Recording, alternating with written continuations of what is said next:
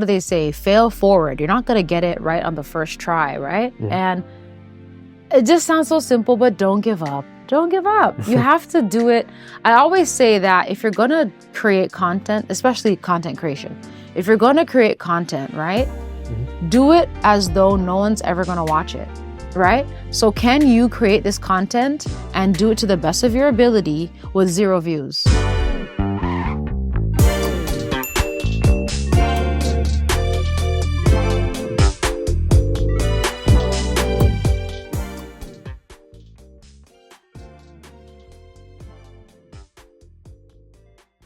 I go by the name of Adrian Daniels. Welcome to the Sound of Accra podcast. If this is your first time listening, this is the show where we speak with top Ghanaian founders, entrepreneurs, and creatives worldwide with the aim of leaving you behind with meaningful takeaways that you can apply in your life, business, and career. For today's show notes, you can head over to thesoundofaccra.com/Rochelle. That's thesoundofaccra.com/Rochelle for all of the wisdom points, the links, the references, and all the nuggets from today's episode. That's spelled ROCHELLE. Please do check the YouTube description below or the podcast players for the link. And also, if you're listening on the podcast players, 5-star reviews very much appreciated on the Apple Podcasts and Spotify. So I'd like to introduce my guest today, the wonderful, talented, beautiful Rochelle. B? How oh, wow. What an introduction. I'm jealous of you. That was so smooth and flawless. When you do almost 200 podcast episodes, you start to kind of get it all nailed, laser down. Yeah. That's what happens. I'm jealous. Rochelle, it's wonderful to have you on the show. In terms of kind of my kind of first contact with you, of course, it's been through YouTube. I have kind of caught some of your vlogs, whether it's running around with Della or, maybe running through the mall or going to maybe working on a property or something. And it's been quite compelling watching your content because I know there's quite a few creators out here in Ghana that do vlogs, but you've always got somewhere fun or something unique to go and do and to share with the audience. So it's good to have you in the show. Yeah. Yeah, that's the baby. Yeah, I mean, we all get to what's like being, a mother and balancing content creation and entrepreneurship, etc. But yeah, for those people out there that don't know who you are and what you do, could you just share a little bit with the audience? Well, as he mentioned, my name is Rochelle, and I am a content creator and a restaurant owner out here in Accra. I moved to Ghana about 3 years ago now. So, I've been here for 3 years. And in that time, I started myself and my partner started a restaurant. It's called Crazy Burger, and it's doing well. And so that's pretty much all. Excellent. What part of Ghana? What part of Accra? Sorry. So, Crazy Burger is in East Legon. It's close to the ANC Mall. Oh, wow. Okay. I use that as the point of reference. Everyone knows the ANC Mall. Yeah, a good landmark, isn't it? Exactly, the landmark. So, we're not far from there, and we also have another location in Jolu. Wow. Yeah. Jolu. Jolu, yes. Yeah. Okay. Why'd you say Jolu? Jolu. What? Is it Jolu? Is it Jolu? Is it Jolu or Jolu? Jolu. Okay. Maybe I got it wrong. Now it's fingers pointed at me. It's spelled the Zorulu, but we won't get into it. Okay, the spelling DZOR. Yeah. Anyway, so I just got my ass kicked. Yeah, I got embarrassed. So when I was first looking at that on the map, I would say I'm going to Dezorwulu, and people would be like, "What?" Yeah. I'm like, "Yeah, Dezorwulu." I'm like, "What?" It sounds exactly how it's spelled. Yeah. But I was wrong. Sounds like something out of Black Panther, Woman King, all that kind of stuff, doesn't it? Yeah. Exactly. Beautiful. Well, congrats with the Crazy Burger business. I know it's something you're not quite vocal on your personal platforms, but it's doing pretty well, isn't it? From what you shared off air. Exactly. And we were saying, I think you're asking me, why don't I post it in my Instagram page, for example? Yeah. So I'm a little bit torn about it because majority of my followers don't live here. So they wouldn't be able to go to Crazy Burger. Yeah.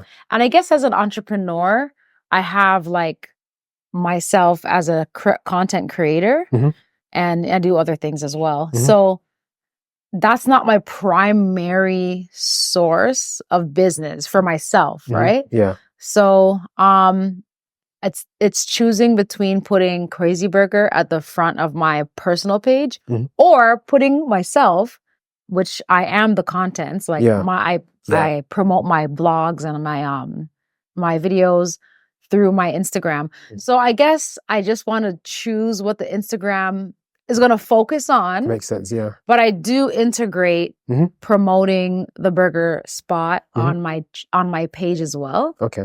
And people who follow me on Instagram, if they do get to visit Ghana, they know that I have a burger spot. So they come by, you know what I mean? Okay, cool. So yeah, it's a mixture. But I think I try to keep the page aesthetic, mainly like you know, my type of not my type, my videos, my YouTube content and social media content. Okay, brilliant. That's quite interesting because people tend to kind of like link out their business, but what you've said makes a lot of sense. If most of your demographics coming from outside Ghana, then there's no need, and not everybody has to know all your business. You can just keep the main thing, and then people can find out about the other things naturally. Right. You're doing pretty well on Instagram, and of course your YouTube's doing pretty well. I think almost 200,000 followers as we are recording in February 2024. What's been your kind of secret in terms of like, as a content creator? I mean, you're clearly got it in terms of like socials and your following. What's not a secret, but what's been kind of like the key kind of principles you've kind of stuck by that's helped you to kind of grow your following, your reach, and your platforms? Right. So my content, if you aren't aware, is more so vlogs, mainly. So, you know, vlogs are essentially following me around in my day-to-day life, right? So it's not like a production per se, right? Yeah. But I'm just being myself and doing what I'd normally do. So I think what is most important is being authentic. And we hear that over and over again in this type of, you know, these types of scenarios. So I just try to be myself and try to take it easy. Yeah. And I try to be, you know, truthful, because people also enjoy, you know, seeing the real side of me or whoever they follow, right? Yeah. So I just try to be authentic, and I think that's what people are drawn to, because they can relate to me, right? Like they can relate to my messy hair, or they can relate to, you know, grocery shopping. It sounds really trivial, but those are things that most normal people participate in, right? So I think that's a factor as well. That's beautiful. You know, if you're going to be an influencer or anything in that realm, I think being authentic is definitely the number one thing to try to do. And as well, when you aren't authentic, you can't keep it up, right? If you're not being yourself, how can you maintain not yourself? Do you get it? Yeah. Right? It's almost like living a lie. And eventually you'll get drained and you'll be tired of trying to keep up something that isn't true. It's not sustainable, It's not sustainable, right? Yeah. So just being yourself through and through. And I mean, even saying that, there are some things that I do want to improve upon or change about myself. Yeah. So it's almost like bringing them on that journey with me to become a better version of myself. So it's not that I'm changing into someone else, but, you know, as people evolve, right? So just a natural progression of life. And people like that. So all of that.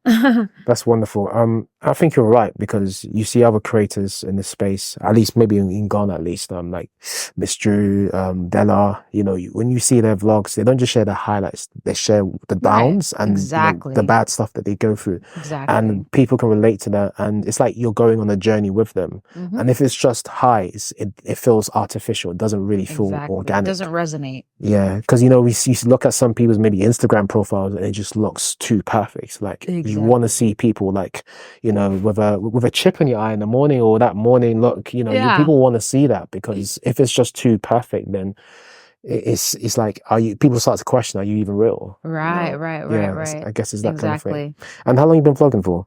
Well, I've been doing it for about 10 years now. Consistency. Yes. Well, at times I haven't been as consistent. It's been 10 years. So I've definitely had a moment or two where I've just, you know, been to myself and haven't necessarily posted as often as I would. Yeah. And of course, you know, during my pregnancy, I didn't actually post much at all. Yeah. And, you know, that's understandable because your body's changing. You're carrying a baby, you're tired, right? So I took a break at that time. But then I've also been posting since he's been born. So I've been working nonstop since he's been born. And it's catching up on me. Congrats on Thank being a you. mother. And you got another, kid to the family. Right. So Number 3. number 3, yeah. Oh, Yeah. congrats, beautiful. And of course, doing all these things and being a parent isn't always easy. How do you kind of balance all that? It's not easy. I don't know how I balance it because I have a very dynamic range of children. My daughter is 15. Mhm.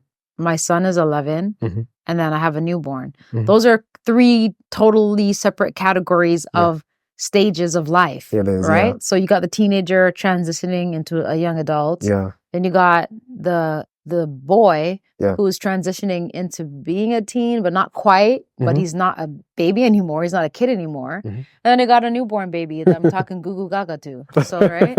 I got to learn 3 languages. That's hilarious. Yeah. Yeah. So, but I think the baby brings us together in a way, of course, they all love each other, right? But there's just something about having someone to be responsible for.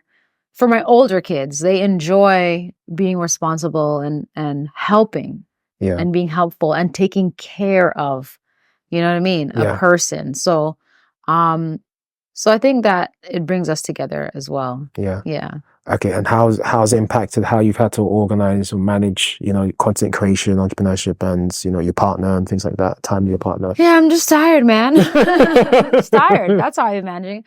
I'm on like negative sleep. I'm even like sleep training him right now because he doesn't sleep so well throughout the night, and it's heartbreaking. Last night was the first night that the sleep training has begun. Essentially, you put them in the crib and ignore them. They scream their head off for like an hour, and you just have to let them do it. It's painful. Was it painful? It's painful as a mother, because you got that deep down that maternal instinct. Exactly, like, instinct. That's what I my was looking baby. So I had to let him cry it out. It did actually help him sleep a little bit longer, but like it was just so mean. Yeah. Wow. I mean, Yeah. that's quite something. So I think when I get my sleep back, Yeah. I'll be so amazing. Yeah. One thing that I've spoken to previous guests about Rochelle is when they've maybe had a child or they have a kid, they have like a new kind of purpose or reason to kind of not live, but to kind of achieve something. Oh yeah. I had this one guest I interviewed. He owns this puzzle company, and his daughter's a co-CEO of him. Oh, okay, nice. Yeah, and he's inspired to kind of like build this empire and hand it over to her as generational wealth.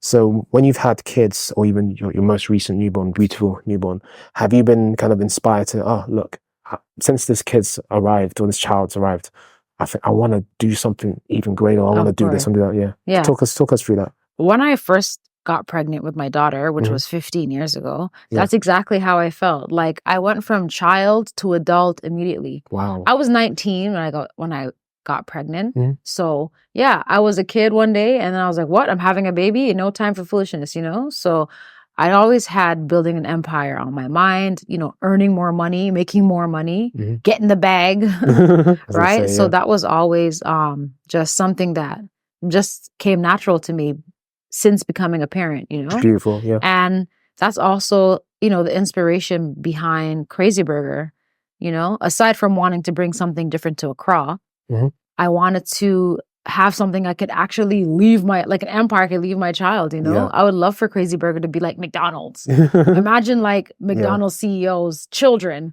Yeah, no, right. When I don't know if he's dead or what, but the children will get McDonald's, right? Yeah. So I would No, love he's definitely gone. He's dead, right? So whoever it is next, right? Yeah. So his children are going to say, I own McDonald's, even though they haven't done anything to necessarily, well, maybe not, but you know what I mean, right? So so I would like to hand over or hand down something like that. Yeah. So Crazy Burger, I'm sure it will be, Amen.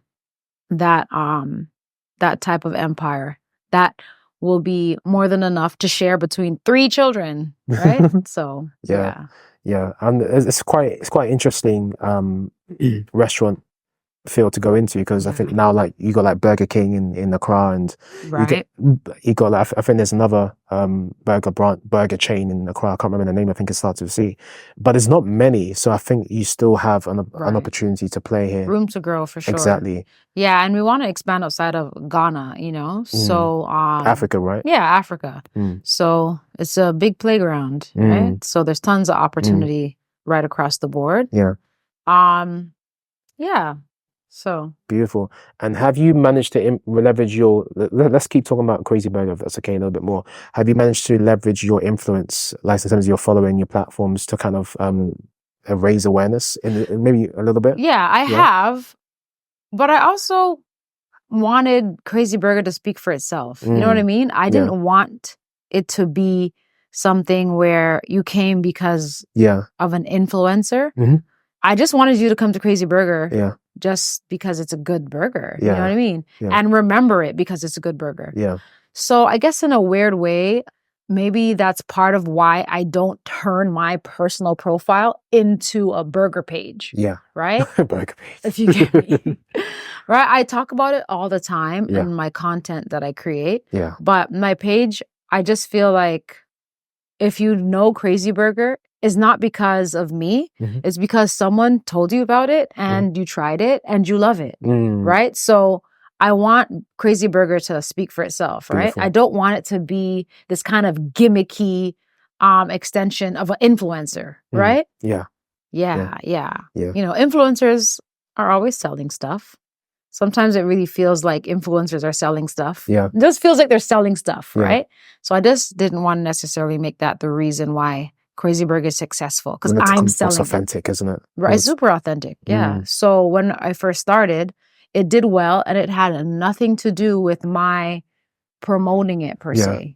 Because that's the dream, right? If you don't have to promote something, you can focus on something else. We promote it in its own way, but I didn't have to pour out my. You don't have to attach your brand to it. I didn't have to turn my entire page into a burger page to make sales. You know what I mean? Makes sense. Yeah. So that's the dream, though. Yeah. So I wanted to make a brand that's strong enough to stand on its own. That's brilliant. Right. And I'll promote it here and there as well. That's brilliant, because you know you got like people such as Mr. Beast. They've got Mr. Beast Burger, and the thing about Mr. Beast is that I never even knew that Mr. Beast has a burger. He's got a burger chain in the States. In the States? Okay. And I think in the UK, but it's more like a dark kitchen. Oh, so you make an order and they kind of they do a delivery to you. Right. But I think the thing about him, of course, he's used his platform to promote it. Exactly. But it's more than just that. He actually obsessed with making the burger good as much as his content. Right. So I guess, you know, some creators, they want to attach themselves to it, some creators don't. And I respect people such as yourselves. And I guess it creates more time and opportunity for you to focus on other things and not to have to worry about it in a certain way. So I don't have to worry about it. It's like if I don't promote it, it doesn't mean that I won't get sales. Absolutely. So, you know. Yeah, because you can still market it without having to attach Exactly. And as I said, because the majority of my following doesn't live here, they can't get a burger. So it doesn't necessarily hurt the brand. I'm not a Ghanaian influencer. I'm a Western influencer, if you want to say at the moment, right? Yeah. So majority of my following is from there. So as I said, they can't walk over and get a burger as easily. Course. Yeah. Yeah. I mean, of course. Yeah, they can't. Yeah. Yeah. Yeah. And is it on the delivery platforms or just like restaurant walk-in? It's on Bolt Foods. What's the other one? There's loads on Glovo, Jumia, Glovo's on Glovo, Menu Finder. Yeah. Okay. Yeah. You're doing well. Yeah. Because that will help. I'm sure that helps with sales as well. Exactly. Beautiful. Okay, great. So, you know, entrepreneur on the side of, you know, other things in terms of content creation. Okay, let's keep this conversation going. So, need design for your startup? Switch to WORKSPACEGlobal.com, the internet's simplest design service. Skip the agency and freelancer headaches. Our platform connects you instantly to vetted creatives to get your logos, websites, and marketing materials fast, all managed for you by our team, software, and AI, so you can focus on what you care about most, growing your business. Try us for free. WORKSPACEGlobal.com. In terms of you creating content, so of course you moved to Ghana some years back. And did you see that in terms of the content you were creating, of course, vlogs, mainly vlogs, right? I know you've done music videos and things like that. Was it a lot more easier in terms of creating content here? Because there's a lot of creators, they've come here and they've created content and they've kind of jumped in the whole Ghana bandwagon, Right, and they've been able to get lots of views and traction from it. Has that kind of helped you to grow, or necessarily, or yes not and necessarily? no. So, I kind of was very wary of putting myself in a box and becoming a Ghanaian showcaser of Ghana, if you get me. And so what I've noticed with a lot of creators, they do like a lot of Ghana heavy content. And then kind of when the content runs out, their page isn't relevant anymore because they've toured all the houses or they went to all the beaches. So now the page is like, okay, what's next? Right, what's next? Another right? country. So I just didn't want to make my page a Ghana reference page. I still want the page to be about me. Right? So I knew that in some instances there's opportunity to gain a lot of traction if I just focus on Ghana's top 10 this or Ghana's that, Ghana's houses, Ghana's roads, Ghana's cars. But, I was just nervous of becoming put in a box of a Ghanaian or Accra like reference page, right? Because when let's say someone's asking me about, Ghana or Accra or living here, I might give them a reference page to get information about Ghana, right?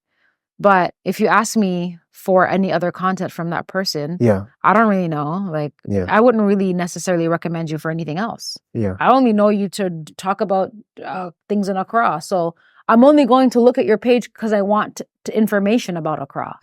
So I was just afraid that I would just put myself in that box. So I still tried to remain generic in the type of content, not generic, but just remain putting myself at the center of my content. That makes a lot of sense. So when I'm not doing anything about Ghana, you still want to watch, I think that's a great idea, and that's the way to go, because I mean there's creators like Vanessa Camby. I mean she also had kids and then she took time off and then she moved back to Scotland. But what you notice is that she then put herself in the Ghana box. Maybe she did initially, but then she quickly kind of opened her horizons. And we're going to do travel content. Exactly. We're going to do family content.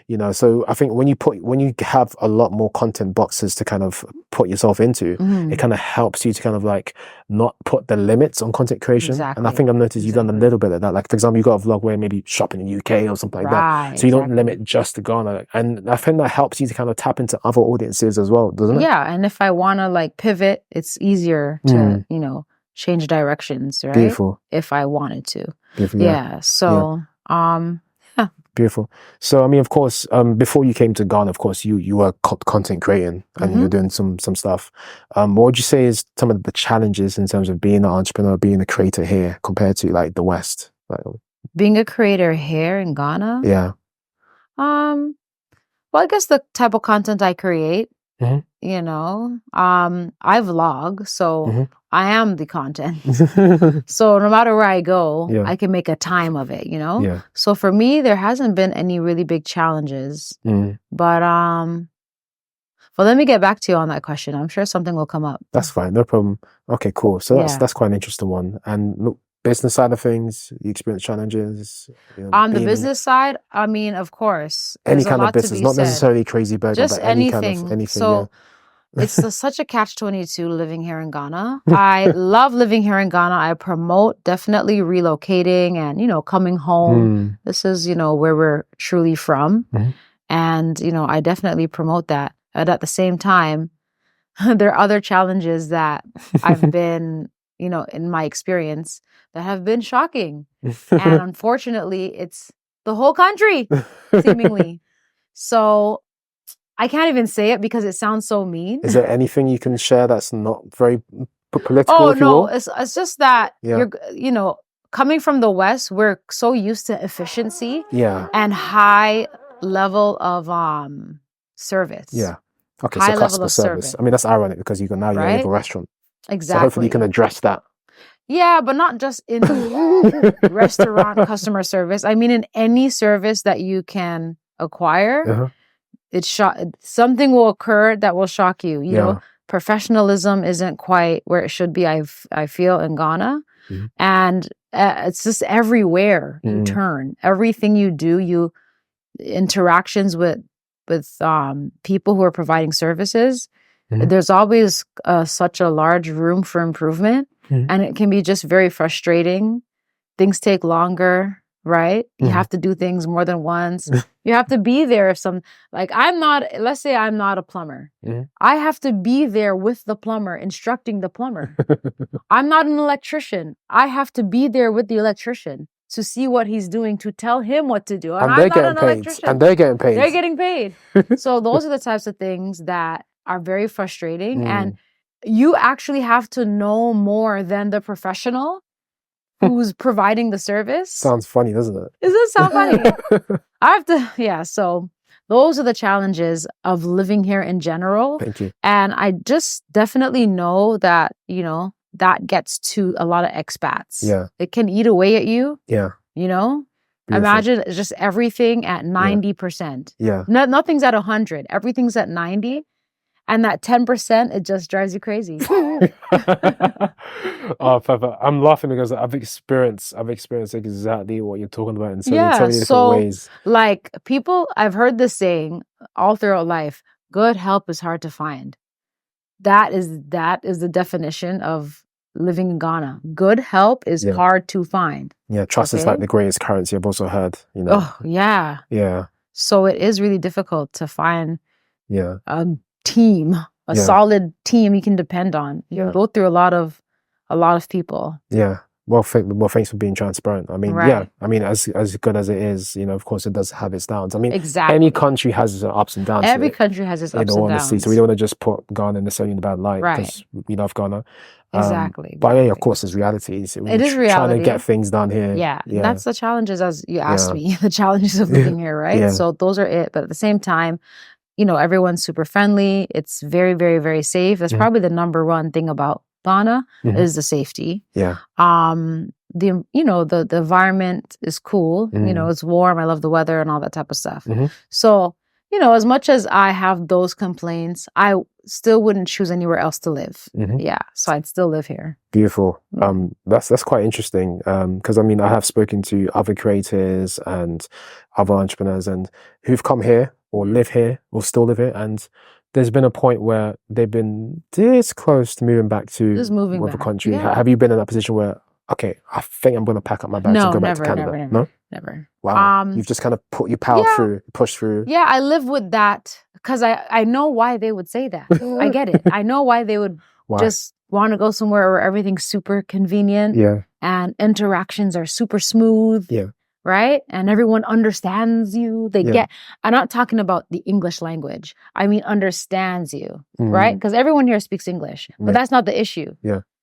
There's sometimes a breakdown in communication. Of course. The service you're asking for is not what you thought you were going to get, right? Yeah. And they interpret one thing in different ways. Right? Yeah. So, sometimes. And that's not necessarily a fault of their own at times as well, right? So there's that cultural difference that they might assume you meant this. Yeah. Because they know this to be this, or Yeah. So I get why people do move back. I get it. I do get it. Yeah. I wouldn't. It doesn't bother me. I guess I have a high tolerance. Yeah. For whatever, but it doesn't bother me. That's good. Yeah. That's good. And a lot of people are like, nah, I'm going home. I guess that's what you need, right? I mean, we could probably talk about what kind of traits, character you need to kind of be successful out here in countries like this, not just Ghana, be other countries as well. Exactly. But yeah, I definitely understand what you mean in terms of interpreting one thing one other way. We did have a guest where I think she made an order. I think this is Consume Shop, one of our previous guests, made an order, and I think they ordered number 24, yam something. Yeah. They thought she ordered 24 pieces of yam. So they brought 24 pieces of yam to a table. Huh. Yeah. Well, so that's the daily interaction here sometimes. Daily. So, I guess once you get used to it. It's insane. It's absolutely It is insane. Yeah. So, I just, in that regard, I pray that somehow maybe the younger generation coming up will, be different, right? Beautiful. And maybe the exposure that they're getting through social media will allow their minds to think outside of the box or, just be more critical Critical thinking is what it's lacking, right? Yeah. So I think the younger generation might change things, hopefully. Yeah. Brilliant. Talking about the younger generation, of course, you've got kids, and of course they're probably going in school, and they're eventually going to start looking at what job they're going to go in, what business, career, etc.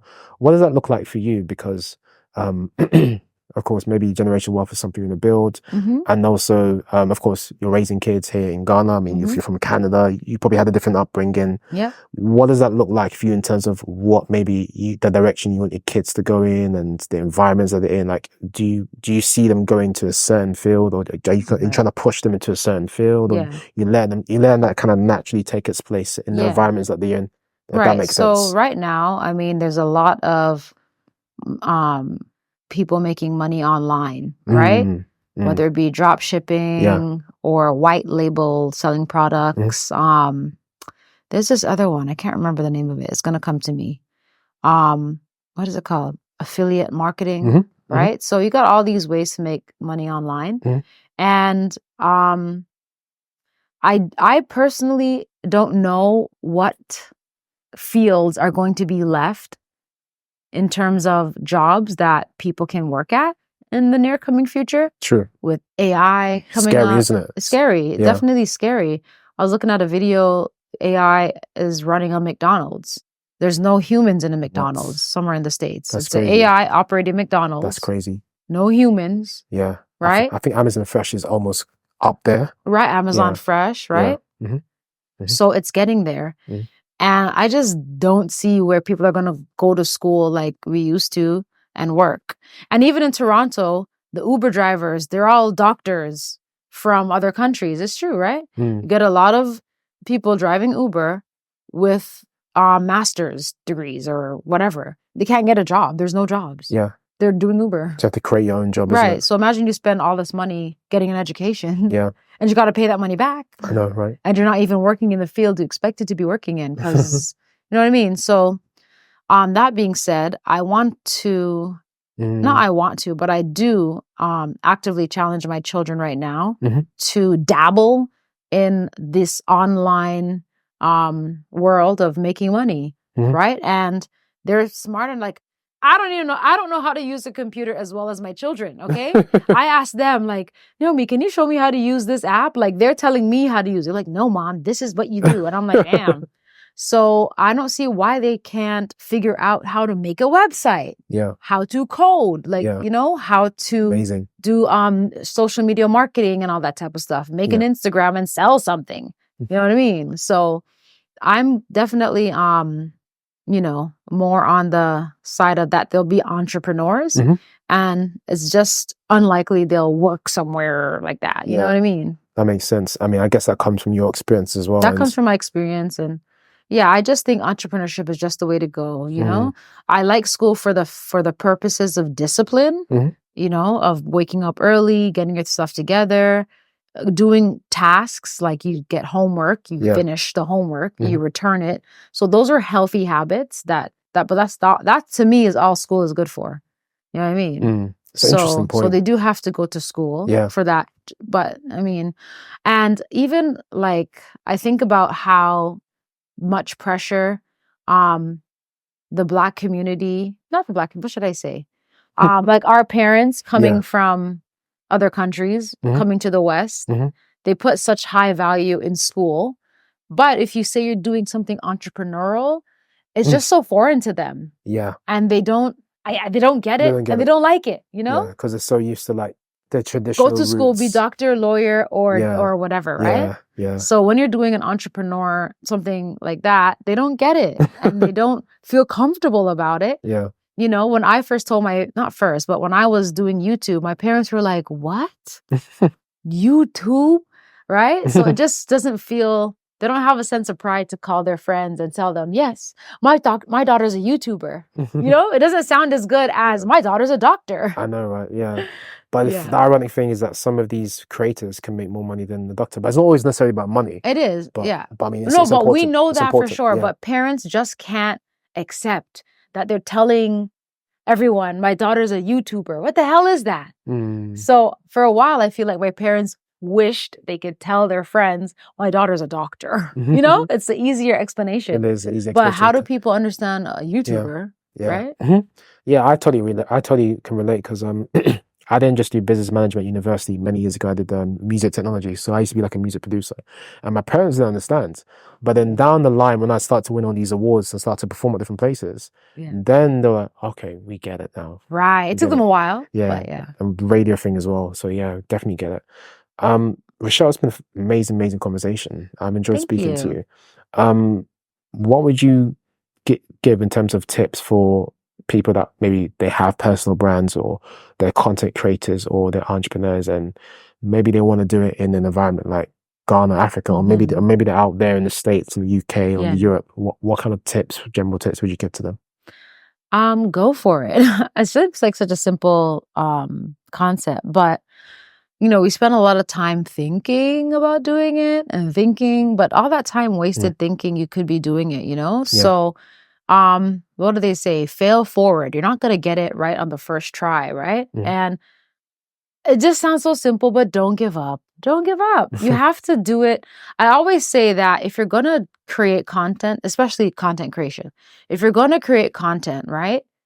Do it as though no one's ever going to watch it, right? So can you create this content and do it to the best of your ability with 0 views? Right? You never will be tired of it if it's something you genuinely want to do and something you genuinely love or you're genuinely interested in. If no one's watching, you don't regret creating the content, right? So find something to do where it just is natural to you. That's what I'd say. That's powerful advice. Right? Yeah. Some of the best content creators, they've been creating when they had like 0 following and 0 views, and they kept creating. And what they create, they love it, right? So they weren't discouraged at the fact that no one was watching. Who cares? They still loved that content and they still created it. And now a lot of them are, super successful. Yeah, that's right. I mean, you focus on, the passion and why you did it in the first place. And that should kind of get you through tough moments when maybe you don't have all the views or maybe when you're not even monetized or when no one's listening to you. I mean, same thing with podcasting, most people can't get past 7 podcasts. They give up a few. Yeah, so you have to keep persevering. Very good advice. So what does 2024 look like for you? Oh, wow. There's so much going on. I was asking you. Yeah. I'm telling them. I was asking you earlier when you're going to drop this podcast. Yeah. And the reason is I'm actually moving to Nigeria. Beautiful. I haven't told anyone yet. Oh, so is this exclusive? It's exclusive. Well, we got exclusive. So, but I'm moving to Nigeria for the 1st of April. Okay. Which is like in 30 days. Oh, wow. Okay. Yeah. So we're doing a crazy burger in Lagos. No, you're expanding to Nigeria already. That's quick. Yeah, it is. Congrats. With it 3 years of starting, and you got. Is that quick? Is it? I guess so. I think that's fairly. Yeah, that's fairly. But you know what? That's quick for the West, and the West has so much red tape around this type of stuff, right? Yeah. But here in Africa, things are a little bit more accessible and easier. Yeah. It's just easier, right? You register your business, you do this, you do that. And you don't need billions of dollars. If you're going to do a restaurant in the UK, you must know. Yeah. Or franchise Canada, or something. How much billions of dollars? Hey, it's expensive, right? Yeah. So we franchise out our East Legon location. Yeah. Right? And we're going to be moving to Lagos and doing one there. I have so many things that I want to do. It's just that I'm one person and I just had a baby. But as soon as I get some sleep, then you can kind of move on to the next. It's going to be crazy. Well, congratulations on that. I hope to learn a little bit more about that off air in terms of the Lagos expansion. But this has been very, very insightful, I must say. All right, so I'm going to close out on my traditional question. I do ask some guests. So what is the sound of Accra to you? So when the word Accra is mentioned to you, Rochelle, what thoughts, vibes, feelings come to mind? So, for example, someone might say traffic or plantain chips. Oh, crazy burger. I'm kidding. Crazy but so just like a melting pot of different. Why do you say that? Why are you laughing? It's a melting pot of different. Oh God, is it called socioeconomical people? I don't know, but like different variations of people in different stages of life. That's pretty accurate. That's why I said socioeconomical, isn't it? Yeah. Right. It is. See? It is, yeah. I brought one thing from school, that word. Yeah. And I say that to say that you have a mixture of the very wealthy and the average Ghanaian local. You know what I mean? Yeah. And that is actually what I do love, right? So I'll give you an example. When I went to Lagos, I went to the islands. I didn't Victoria Island. Victoria Island, Beautiful place. beautiful, but you don't get the level of locals in the islands as much as you do in Accra, right? So you have these enormously big buildings, and I was like, where are the pedestrians? Like, where are the people? You don't even see people begging. Not that that's a good thing to see per se, but I'm saying that you wonder, where is that population in the islands? True. They're not really there. And that was kind of weird to me. Kind of tucked away under the Where carpet are they? somewhere. Yeah, exactly. Yeah. So I appreciate that you can see people from all walks of life in the same place in Accra. You know what I mean? So I hope that doesn't change, because with all the expats coming over and all the changes, I hope they don't get pushed out with, you know what I mean? No, it's true. It's true, because I know the government in Ghana, they've done certain things to kind of like maybe take some of the street hawkers off the road, which isn't quite fair, because they need to eat. Right, exactly. Yeah, maybe not Crazy Burger, but they need to eat. Right. You know what I'm saying? Yeah. Right. Rochelle, you've been amazing. Thank you. Where can everyone find you and, connect with you? And, So because I don't promote Crazy Burger enough, Crazy Burger #1 is located, as we mentioned before, in Accra, East Lagans. You guys can look it up. You guys can Google it. You'll find the 2 locations, Jolu or Dezorulu, as well as East Lagan location on the maps.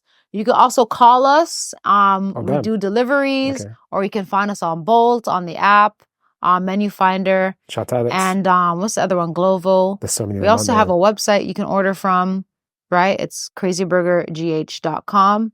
All right. Is that enough promotion for you? I think so. Yeah. We want Crazy Burger to make the millions. So yeah. Yes, millions. Yeah. And you can find us in Lagos eventually, right? Yeah. If you guys come over to Lagos, we'll come over. Yes. We'll start the sound. Nice. We'll start the Sound of Lagos podcast. Can I just drop an exclusive? I don't know. But, we'll cook it something. All right. I want the rights to that. Okay. We'll talk. Co-founder. We'll talk. Then you can find my personal page, which is Rochelle officially on Instagram. Yeah. And you can find me on YouTube. You can put in Rochelle B or Rochelle Vlogs. I'll pop up, and there you'll find me there. Where else can you find me? Yeah, that's it. I think that's enough. I think that's enough. Yeah, so we'll have everything in the show notes, all the links, references, the wisdom keys, etc. Head over to thesoundofcrowd.com/Rochelle. That's ROCHELLE.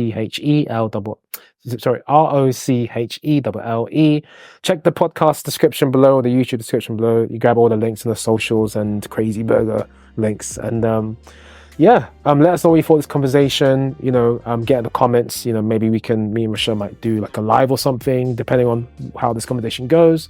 But that's it, guys. Thanks for tuning, and we'll see you in the next one. Thank you so much. Peace.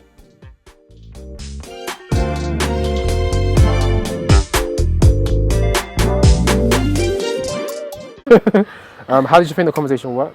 It was good. I actually wish we had more time, because I was just the tip of the iceberg, Yeah, I mean, we can definitely do a round 2 sometime, for sure. Yeah, and we dropped some exclusive, so look out for the episode. I'll probably bring the episode a bit earlier than when I expected to. We will.